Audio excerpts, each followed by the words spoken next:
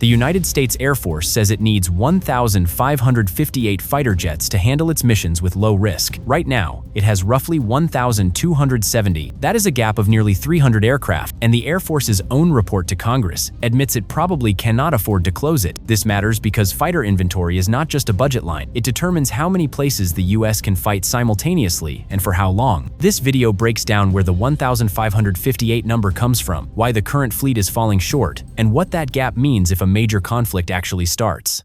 The 1,558 figure comes from an official report submitted to Congress in October 2025. The fiscal year 2025 National Defense Authorization Act required the Air Force to assess its long-term fighter force structure. Acting Air Force Secretary Troy Mike signed the resulting document in August 2025. Key term here is combat coded. That means aircraft assigned to operational combat units. It excludes trainers, test aircraft, and reserves held for attrition replacement. The report states that 1,558 combat-coded fighters are required to achieve low risk across all missions. This is not a wish list. It is the service's formal warfighting requirement. This number represents a 22% increase over the previous goal. Back in 2018, Secretary Heather Wilson's Air Force We Need study called for 62 fighter squadrons, implying roughly 1,270 aircraft. The new requirement adds nearly 300 more. To be clear, 1,558 is the total across all fighter types. It includes F-35s, F-22s, F-15s, F-16s, and eventually the new F-47. The Air Force's long-term program of record calls for 1,763 F-35As, but that extends well beyond 2035 and would eventually replace most of the legacy fleet. For the 2035 timeframe, the service needs a mix of new and old aircraft totaling 1,558. The problem is that the fleet is shrinking, not growing. Legacy jets are retiring faster than replacements arrive. The current fighter inventory is old, and old aircraft break more often. The average F-15C in service today is nearly 38 years old. These jets were designed for 12 to 15-year service life. More than 75% of remaining F-15C and F-15D aircraft now face speed or G-load restrictions due to structural fatigue. That means they cannot perform their full mission profile. The F-16 fleet averages around 33 years old. The F-15E Strike Eagle averages nearly 31 years. Across the entire Air Force, average aircraft age exceeds 31 years, according to Chief of Staff General David Ulvin. Only 2 fighter types represent modern capability. The F-35A averages about 4 years old. The F-15EX averages under a year. Everything else is legacy equipment, operating well beyond original design limit. Retirements are accelerating the problem. The Air Force currently operates 42 F-15C and F-15D aircraft. That number drops to roughly 21 by 2030. The 103 remaining A-10s retire by September 2026. The F-15E fleet drops from 218 aircraft to approximately 78 by 2028. On the positive side, an F-16 service life extension program will take 300 Block 40 through Block 52 aircraft from 8,000 to 12,000 flight hours. This could keep them operational into the 2040s.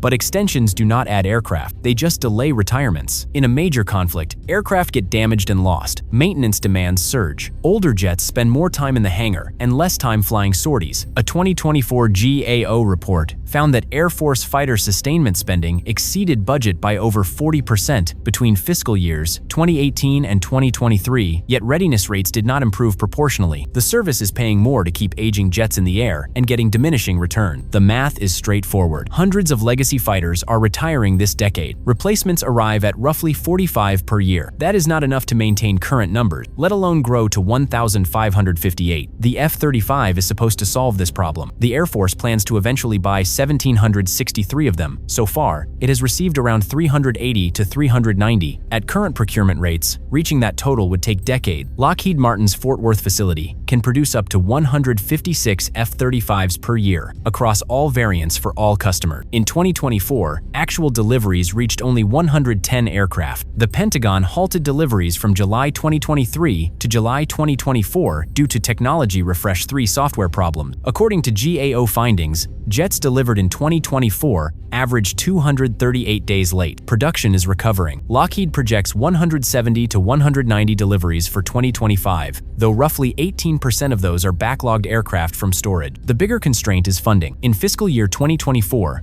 the Air Force procured 51 F-35As. In fiscal year 2025, that dropped to 44. The fiscal year 2026 request cuts that to just 24 aircraft. That is half of what the service had originally planned. Future projections show 39 for fiscal year 2027 and only 18 for fiscal year 2028. The Air Force says it needs around 72 new fighters per year to modernize. It is getting roughly half that. Cost is part of the reason. The F-35A flyaway cost for recent production lots runs approximately $82 to $83 million without the engine. With the Pratt & Whitney F-135, total unit cost reaches roughly $100 million.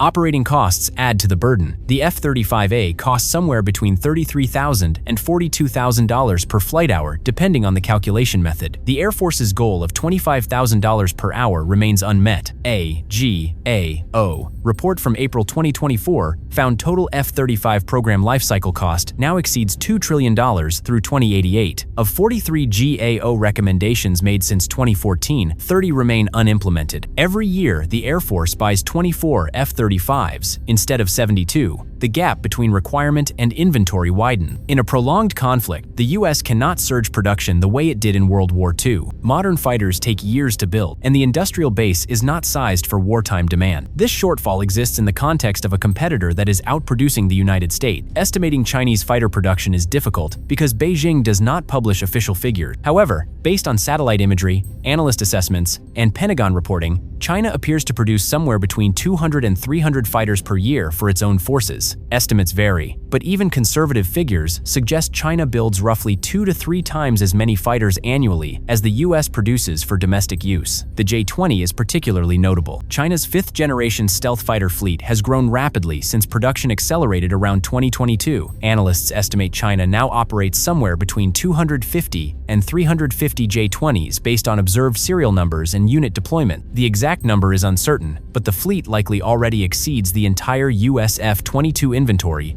of 187 aircraft. By comparison, of Lockheed's roughly 150 annual F-35 production, 60 to 70 aircraft typically go to export partners. That leaves around 80 to 90 F-35s for all U.S. services combined. The Air Force receives roughly 40 to 50 of those. The Pentagon's 2024 China Military Power Report assessed that the People's Liberation Army Air Force is not yet a qualitative match for U.S. capabilities. American pilots are generally better trained, and U.S. aircraft carry more advanced sensors and weapons. But the report noted China is rapidly closing the technology gap. Indo-Pacific Command's Admiral Aquilino warned in March 2024 that China will soon have the world's largest air force. In a conflict over Taiwan, both sides would lose aircraft. The side that can replace losses faster has an advantage in a prolonged fight. If China can produce 2 or 3 fighters for every one the US builds, attrition math favors Beijing over time. Quality matters enormously, but so does quantity. The August 2025 Fighter Force Structure Report acknowledges this. It warns that the increasing cost of technology has outstripped Air Force resources, creating a gap in the competitive edge. Reaching 1,558 fighters by 2035 requires adding roughly 30 aircraft per year beyond current procurement. Present rates of about 45 fighters annually, closing the gap would take 15 to 20 years, assuming no further retirements. That is not realistic. The new F-47 sixth-generation fighter offers advanced capabilities but will not arrive in volume for years. Boeing won the contract in March 2025. The Air Force plans to buy at least 185 aircraft, but Secretary Kendall described the unit cost as in the multiple hundreds of millions of dollars. Even optimistic estimates suggest it will cost 2 to 3 times as much as an F-35. The Air Force's own report admits it may not be able to afford the necessary production. With F-35 procurement cut to 24 aircraft for fiscal year 2026, the F-47 still in development, and legacy jets retiring throughout the decade, the 1,558 requirement represents what the Air Force says it needs to fight with acceptable risk. Current budgets do not support reaching that number. Whether Congress increases funding or the Air Force accepts higher operational risk remains an open question. For more on the F-35 program, I have a full video covering 101 facts about the Lightning II.